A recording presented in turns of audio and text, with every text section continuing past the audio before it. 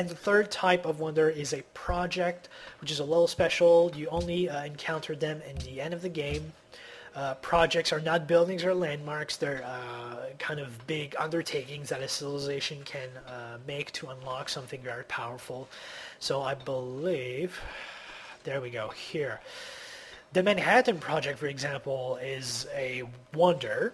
Everyone can build a project, so projects are not unique to its civilization. They're kind of like natural wonders in that respect. They do take quite a bit of production. 800 hammers is quite a lot. It's not as much as a world wonder, but it's still quite a bit. And once you get a project, it unlocks something for your civ. So for example, this one unlocks the possibility to build nuclear weapons, which is very powerful. And then if you look down here, globalization here lets me build the United Nations. No, that's actually a wonder. Never mind. There's another one. Rocketry here lets you build the Apollo program, which is a project that then lets you build spaceship parts, which when you complete the spaceship and you have all the spaceship parts, it gives you a science victory. So there's not that many projects. There's only a handful. There's the Apollo program. There's the Manhattan Project. I am missing a couple more, but I can't remember where they are. Oh yeah, there's obviously the Utopia Project here. When you fully research 5 policy tracks, and so you get access to, you can build the Utopia Project. That is also a project. That's not a world wonder. And so anyone can build a Utopia Project at the same time. It's just that whoever finishes first is going to win. That's kind of important. So wonders are very important if you are kind of aiming for a cultural victory. They give you a lot of bonus culture, and they give you a lot of good bonuses, good effects that you want to have. But if you're making, if you're just, taking over the world, or bullying your neighbors, or trying just to survive, you can get wonders. They're just not as big as a focus for you. Right now my empire is very advanced. I'm getting a lot of production from all of my cities, so I'm making a lot of wonders. I'm making Machu Picchu here because there's a mountain here within range of Satsuma, and you need a mountain to be able to make Machu Picchu. I'm making the Statue of Liberty here. I am making the National Wonder, the Oxford University here. I've made quite a few world wonders. I've made the Colossus, but my little Colossus disappeared because I researched navigation, and once you research navigation, the Colossus is obsolete. So now I have a lighthouse instead of the Colossus. Is it even listed here anymore? Yeah, there we go, the Colossus here.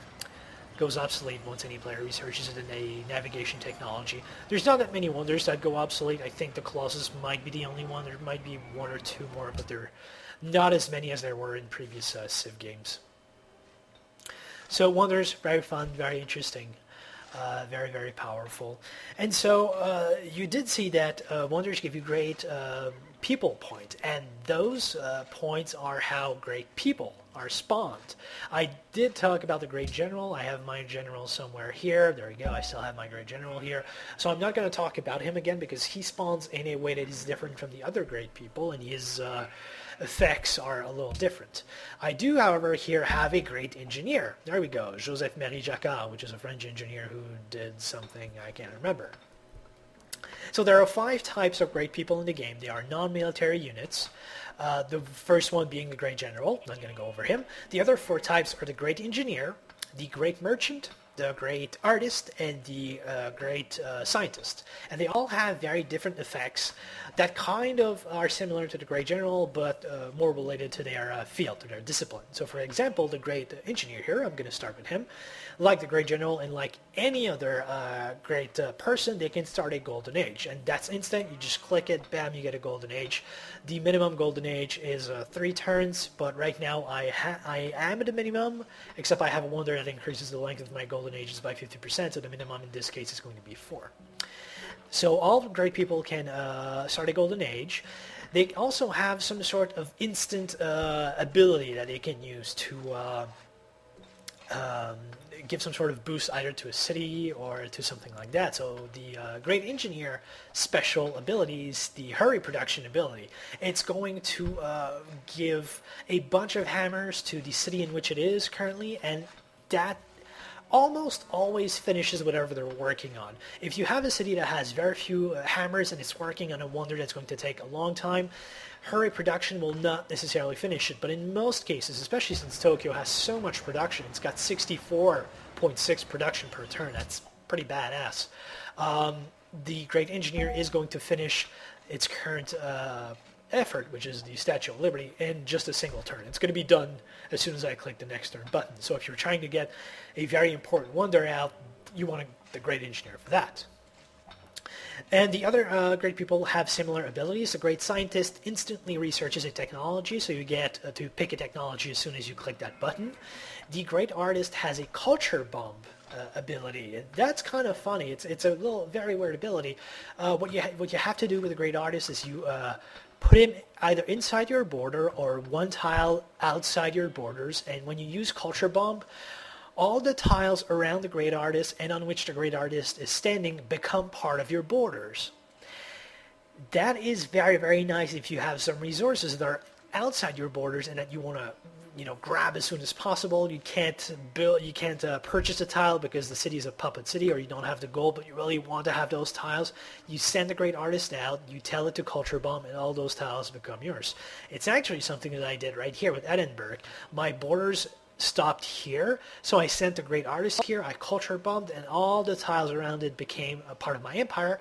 And I did that because there was some coal here in this hill here, and I wanted that coal very bad, because you can see here I'm using 8 coal already, and I'm using more and more as more factories are being built.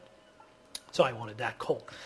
So that's culture bomb, and culture bomb's a very diplomatic, sensitive ability, because if you use it to just grab another civ's territory, like I put the artist here and I culture bomb and I get all those tiles from the Romans, they are going to be very pissed at me. This is something that degrades relations with other civilizations very quickly. Do not overuse it, or else other people will want to kill you, which obviously right now the Romans couldn't do, but oh well. And the other limitation of the culture bomb that you have to keep in mind is that you cannot just send the artist in the middle of nowhere, and so there's oil here, I want this oil. I couldn't just send the great artist right here on top of the oil and culture bomb, because I need to have the artist either next to my borders or inside my borders to use the culture bomb ability, which is too bad. So that's the great artist. The great scientist is one instant tech. The great engineer is production, and the great merchant, which is the fourth great people that I'm talking about right now, has a trade mission ability.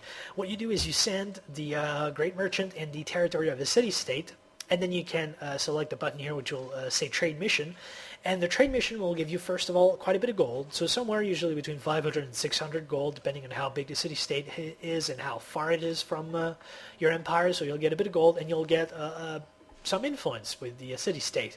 Usually I think it's somewhere around 30 influence.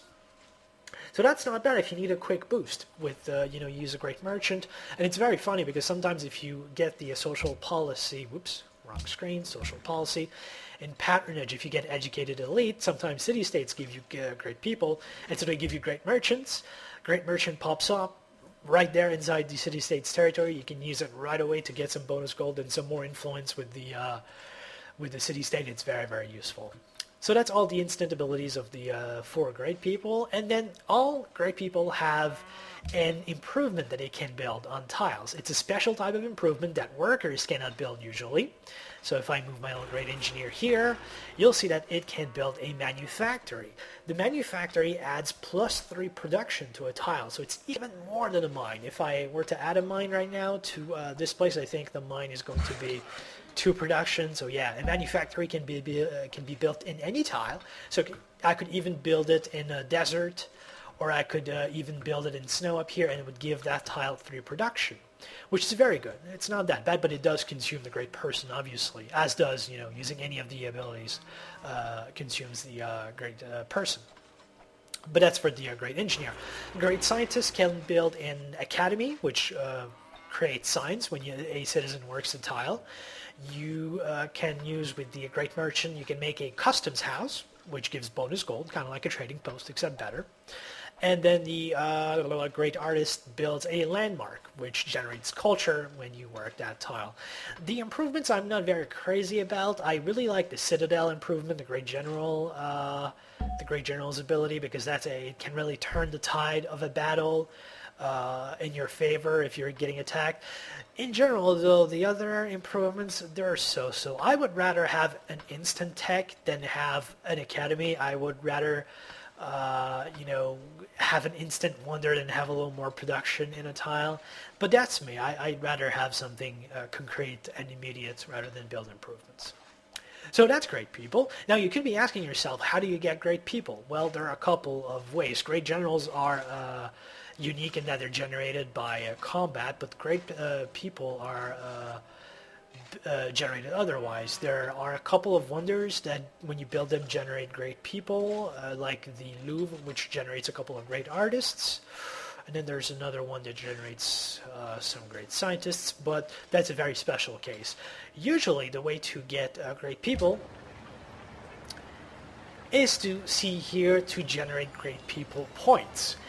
And great people points are generated in two ways. The first way to generate great people points is to have a wonder in your city, and that's usually, there we go, such as the Taj Mahal here. Taj Mahal generates 2 great artist points per turn. So it increases the likelihood that a great artist is going to spawn in this city, because this great artist meter here is being filled. And every time you get a new great person, it takes a little more points to get the next one. So for example, right now I'm up to 700 points for getting my next great people. And the thing is that this is calculated by city. So right now, whichever city is the first to accumulate 700 great people points, whichever type it is. So you see right now that Osaka is pretty close to getting the great artists. It's at 564 out of 700, so in something like 20 turns it's going to get a great artist out. The first city to get to 700 great people point of whichever type is going to spawn the great people, and then others, it's going to move the milestone to the next one, which I think is going to be 800, but it's not going to reset the meter for any other city. I don't know if that's clear. It's a little complicated. So let's see. Yeah, this Tokyo is making great artists, great scientists, great engineers. So great artist points generated by wonders and generated by specialists. Specialists are special people, haha, because they do not work a tile. They actually work inside a building. And so they don't generate food. There's no building that generates food, but those buildings can actually generate a great people point, and then they generate something else like gold for a bank, production for a factory, science for a library, culture for a temple, and so on and so forth. And you can manually select your specialist. So if I don't want culture, I want more gold, I want to put my specialist here, I can click on this one here, and then it will move the specialist to the market. And instead of generating great artist point, it's going to generate great merchant points. Now if you click here, it's going to see that it's not generating any great artist points anymore. It's actually going to start generating great merchant points. But since it's the meter, I haven't gotten any great merchant points in the city yet, it's not going to show the meter until next turn. And so that's great people. It's a little complicated to understand. Don't worry, I know that. The Cliff Notes versions of great people are they come very, very rarely in your empire. They have a huge effect.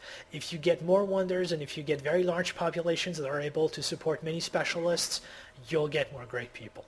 That's basically it. That's what you have to take away from all this rambling of mine.